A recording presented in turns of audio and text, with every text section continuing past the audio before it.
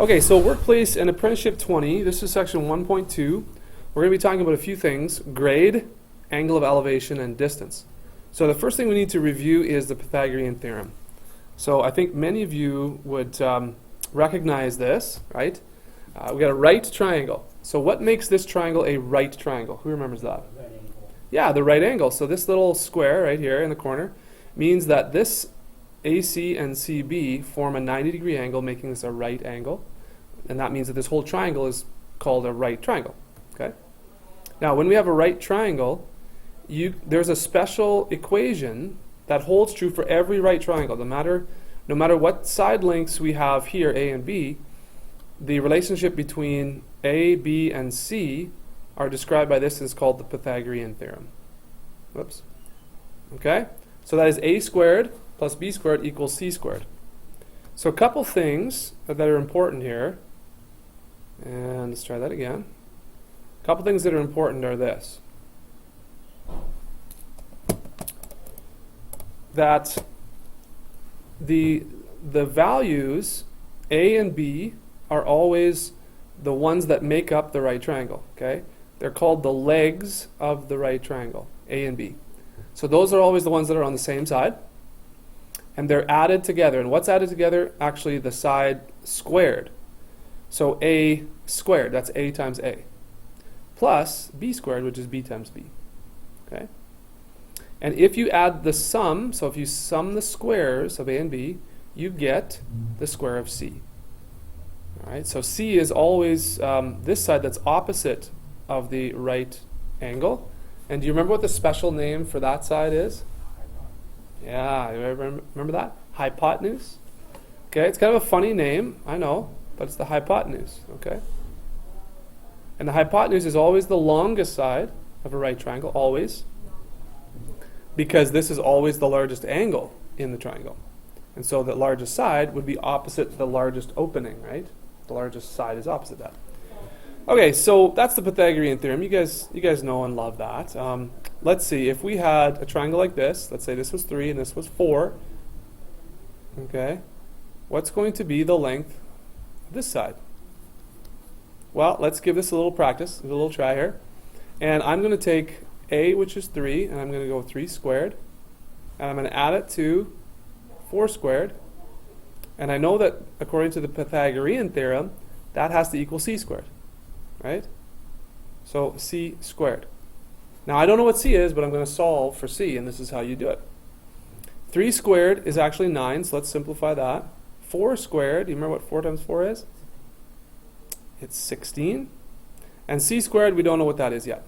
So we're going to solve for C. We're going to get C all by itself and positive on one side of the equation. So 9 plus 16, we can combine these now, and that is 25, right? It's not a divided by, I'll get rid of that. 25 equals C squared. So some number times itself equals 25. You know what that is? What number squared is 25? Right, so C has to be 5. Now, if you didn't know what the square root of 25 was, then how you get rid of this squared is the opposite operation is the square root. So you take the square root of both sides of the equation, and the square root of 25 is 5. Okay? We good with that? So on your calculator, you could even test that out if you want. Square root of 25 is 5. Some of you might have to put in 25 and then the square root button. Some of you might have to put the square root button in first. Okay? So on your calculator, make sure you know how to do that. Or when you get a calculator. So it's either 25 and then the square root button, or square root and then 25. Depends on your calculator.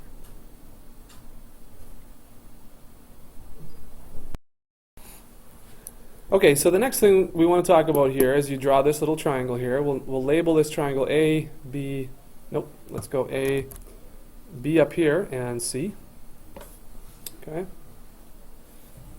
And what we want to talk about is we want to talk about something called the tangent ratio. Now some of you have taken Foundations of Math 10. Well, I guess, let me see. All of you probably did. Some of you might not have, though. But when we talk about trigonometric ratios, that's what this is, a trigonometric ratio, then we're talking about one of the three of sine, What's the other one? Cosine, yeah. And then this one we're dealing with now is the tangent, correct. So those are the three primary trigonometric functions. Tangent ratio is one of those. Here it is right here. Okay.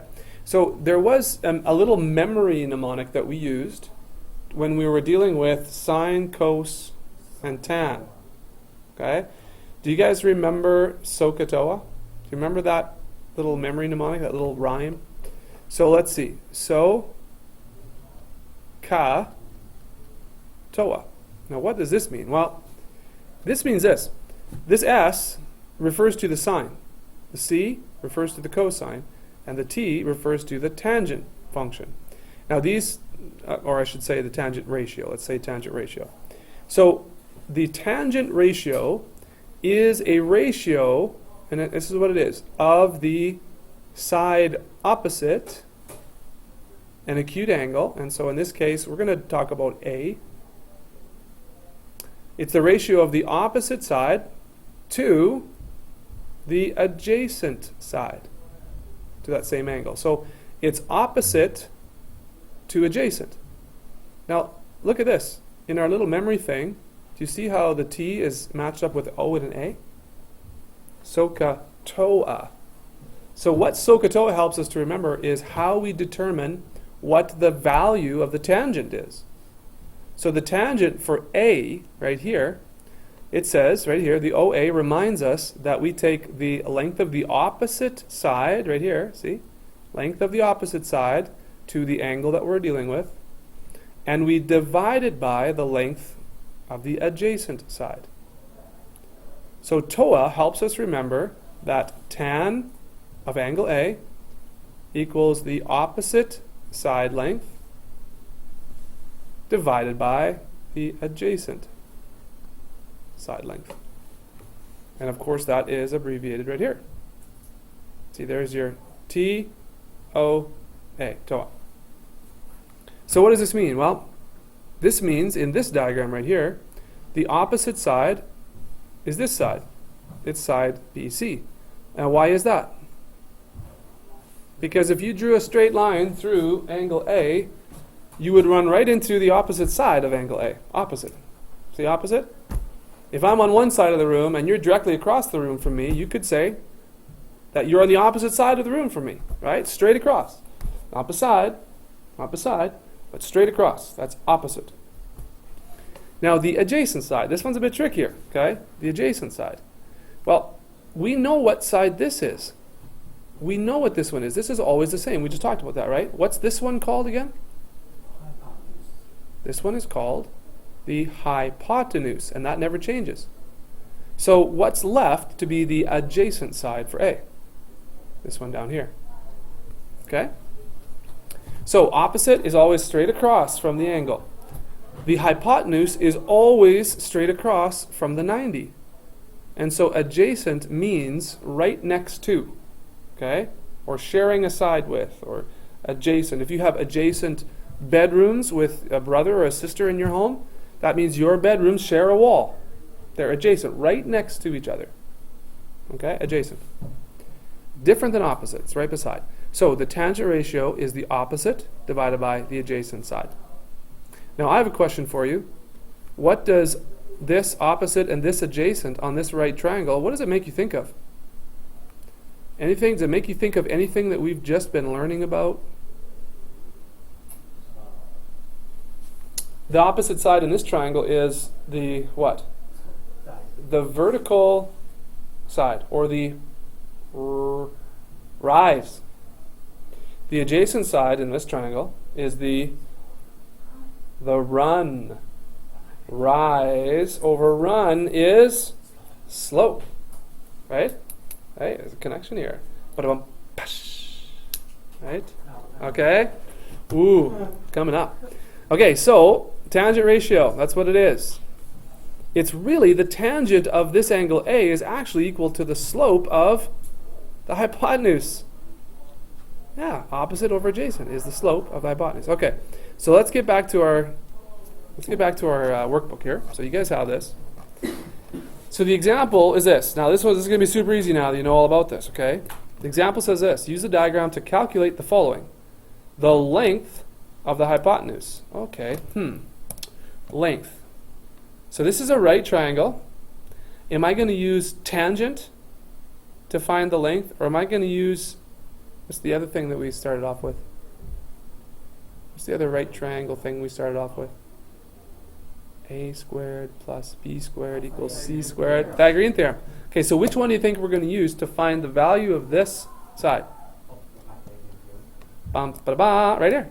See that? We're going to use the Pythagorean Theorem. So in this example, you can just read along because it's already done for you.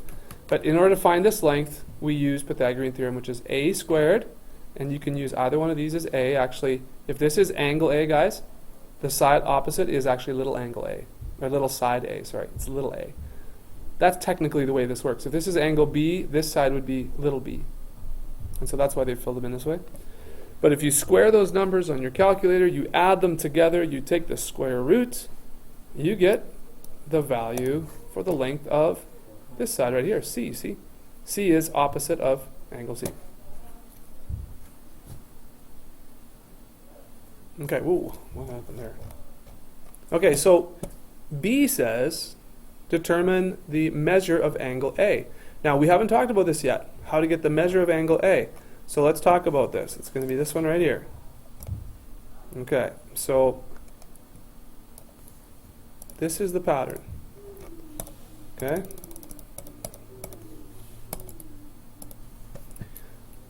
So we know that the tangent ratio is this, opposite side divided by adjacent side. In this diagram, for A right here, whoops, this is bad. My thing is crooked here. In A right here, this is a right angle, let's say. So this is little a. This is big angle B, so this is little b. This is big angle C, so this is little c. We found out using Pythagoras' theorem here, we found out what C was. But we're given, this is 2.5 and this is 3.9, right? That's what we just saw, I think, right here in this diagram. Okay, right there. So now what we're going to do is we're going to set up a tangent ratio. So we know that tangent of A, this angle right here, is the opposite side length, that's 2.5, that goes right there, divided by the adjacent side length, and that's 3.9, it goes right there. So that's what the ratio of tan of A is. Now to find A, this is a tricky part, I don't know if you guys have seen this before, but to find A, to get A all by itself, we have to get rid of this tan thing.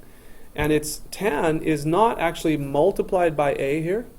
It's actually like a one complete function. So the question is, how do we undo the tan part?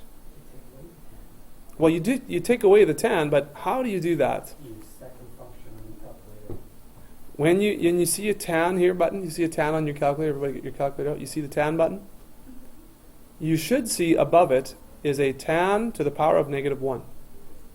That's how you get rid of the tan.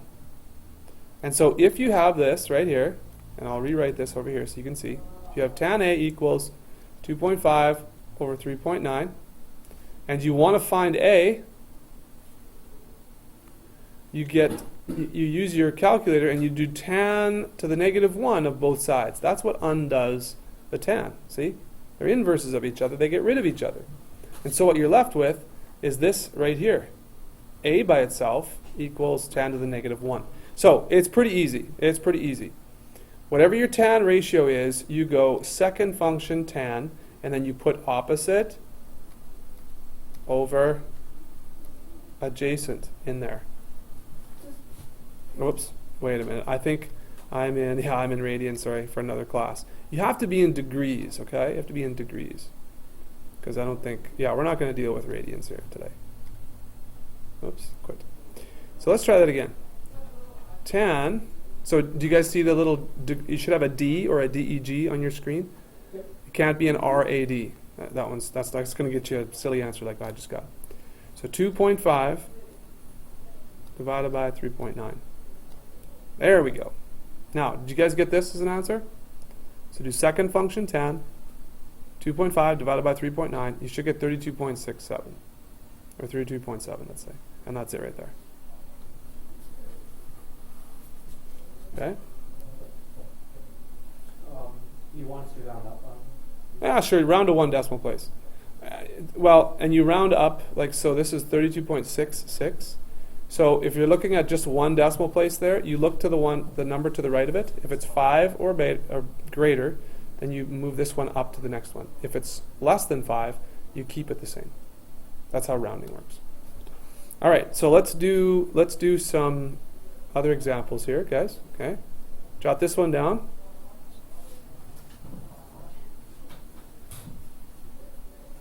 Okay, find angle A.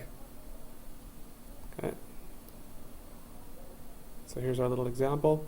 So a little right triangle there, and I've got 5 and 7. And here is another one I want you to do. I'm going to rearrange this a little bit, and I'm going to give you this as 8.2 and 5.1. Okay. Find angle A. Okay, so take a minute with your calculator and see if you can do this, just like the example we just did. Okay, so this is what your work should look like for these questions. The tan of A is opposite side 5 over the adjacent side 7. I am going to get you to write this step for now, as someone has just asked about, but later probably you won't have to write this step, okay? But I just want to make sure that you know what we're putting into our calculator and that you don't make any mistakes. So if we do that on our calculator, okay, so tan to the negative 1 of 5 divided by 7.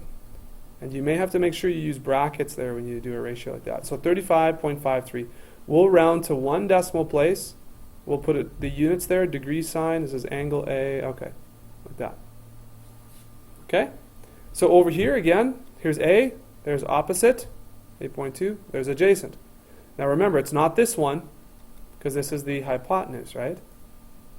So tan to the negative 1 of 8.2 divided by 5.1 is 58.1. Did you get that? 58. Yeah, no. So I tell you what, let's do one decimal place always. So you take a look at that first decimal place, and then the number next to it. If it's less than 5, you just leave it as a 1. So 58.1 degrees, angle A. Okay? Any questions about those? All right. Okay, so here's some practice questions here. I'll do one with you, and then I'm going to get you to do the rest. So let's do one together right now. So this one says, calculate the indicated side using Pythagorean Theorem and find the indicated angle using the tangent ratio.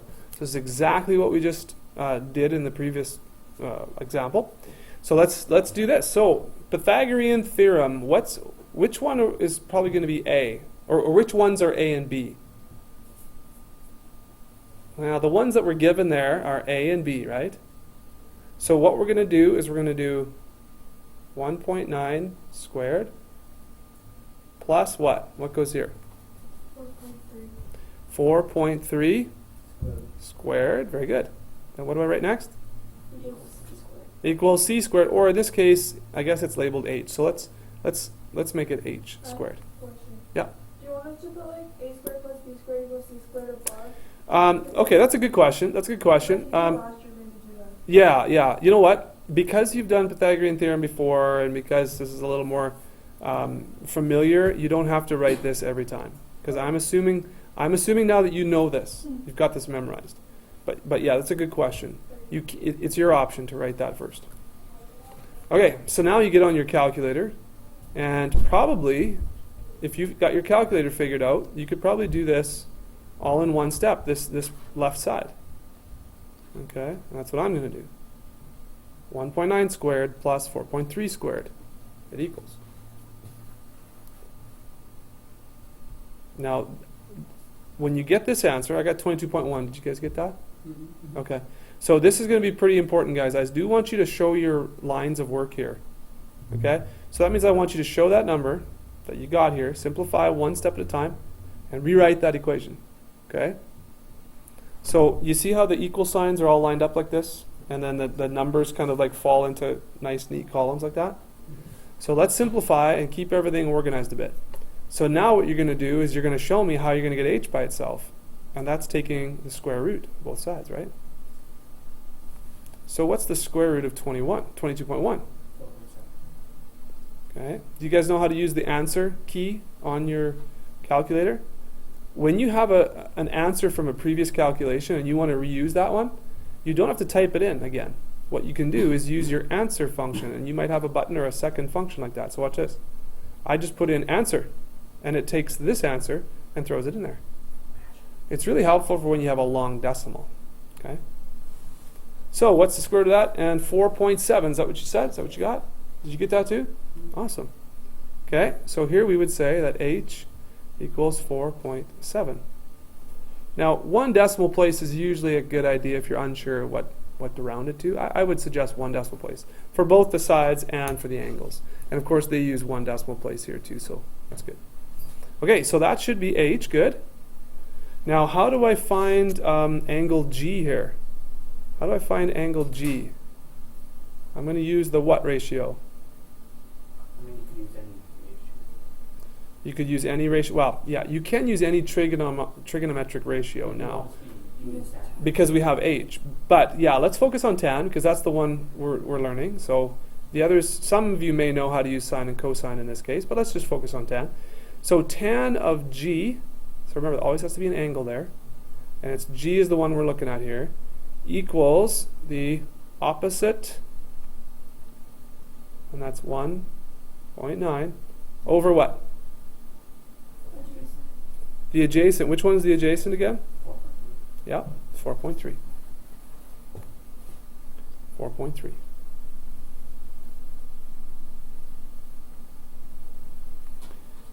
So now we do the second function tan of that ratio, and that should get us G.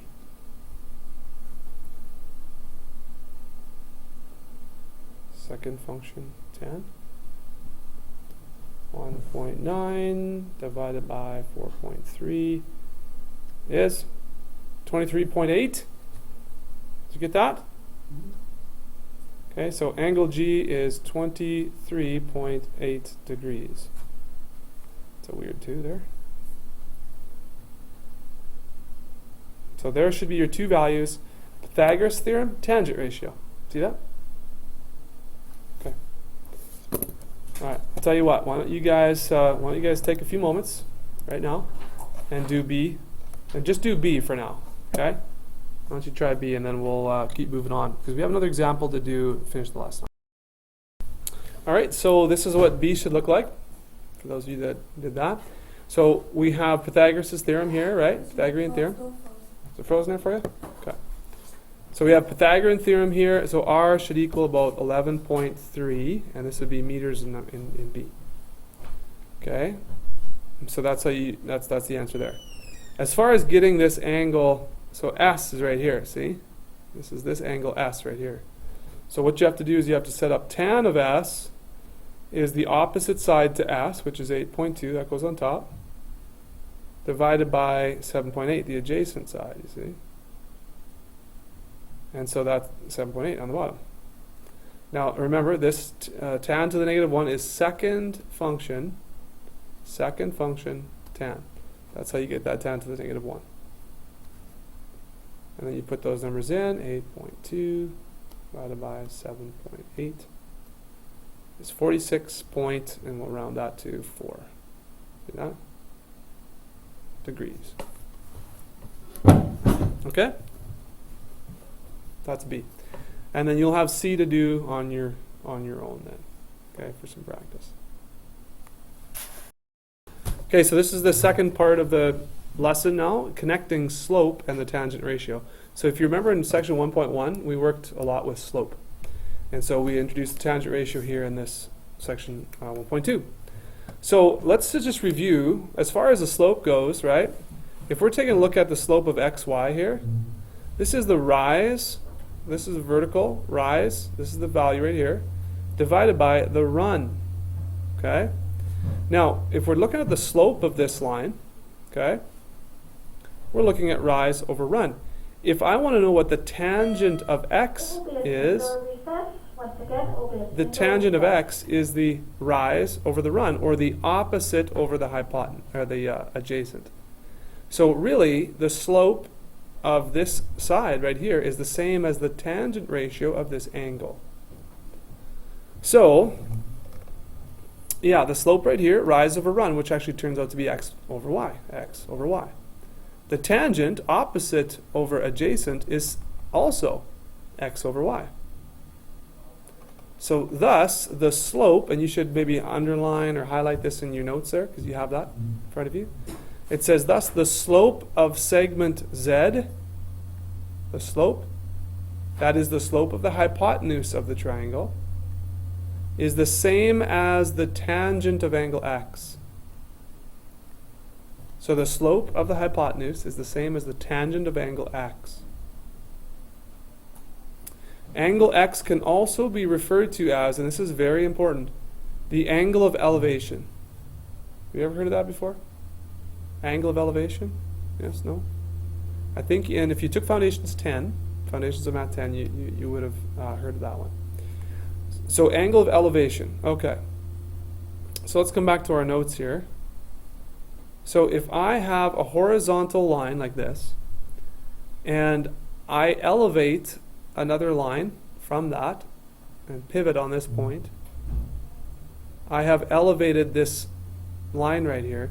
This is the angle of elevation, okay? So you know it's an angle of elevation when one side of the angle is completely horizontal and the other side looks like it's been rotated upwards like this, okay? That's angle of elevation. So if I'm looking straight out the window and then I look up at the top of the flagpole or something, there would be an angle of elevation between the horizontal and the top of the flagpole. See that? This angle is the angle of elevation. Okay? All right, so this angle of elevation is kind of like the same as angle A that we've been talking about. And in order to find angle A, well, we need the opposite side, and we need the length of the adjacent side, and we could use the tangent ratio to find this. All right. So here's our example. Example 2 says, find the slope of the hypotenuse as a fraction and use it to find the angle of elevation. So this is what the next part of our lesson consists of here. So I'm just going to clip this into my notes. Okay? So the slope of the hypotenuse. Well, this is the hypotenuse right here, isn't it? Okay. So I need to find the slope of this, and that is the rise, see, the vertical rise divided by the run, and that would be the the horizontal distance that it covers. So the slope would be rise 6.8 over the run 4.2. See that? Okay. Now as a fraction, I'd want to simplify that. So maybe, I don't know, maybe in your calculator, you guys should check this out. Because again, we're learning lots of stuff about our calculators here in the first couple sections. But if you do 6.8 divided by 4.2, I think that some of your calculators would be able to change this from this decimal into a fraction. This is how I do it with this calculator. See? 2 fraction. And it gives me the reduced value of the fraction. That's 34 over 21. So your calculator might be able to do this for you. So try that. Do 6.8 divided by 4.2 and see if you have a fraction button. So that's great. If you can find that function, that's awesome. If you can't find the function, this is how you do it. You would go, okay, I need to get the simplest ratio. So you'd multiply each by 10 to get rid of the decimals. Okay? So this would be 68 over 42. And now you would divide and kind of reduce that fraction as much as you can. And so you would see that you could divide both of these by, it looks like at least 2. So if you divide by 2, you get a reduced fraction of 34 over 21. Okay? Now quickly, we'll just finish this off. To find the angle of elevation, and this angle is a Greek letter called theta. And you'll see this very often in math to represent an unknown angle. And so we now can use the tan ratio, tan of theta equals opposite over hypotenuse. And you could also use this fraction, right? And so what's theta? Tan to the negative 1 of 6.8 divided by 4.2. 58.29. You could also use this fraction that we got right here. 34 divided by 21, just like the question says. Use this fraction to find the angle. It should be the same thing. So that's 58.3 degrees. Okay? So, what I need you guys to do is I need you to finish this first section here. I need you to finish questions 1 to 5. Okay? So we did 1. Now you have 2, 3, 4, and 5 to work on for tomorrow. Sorry, can we just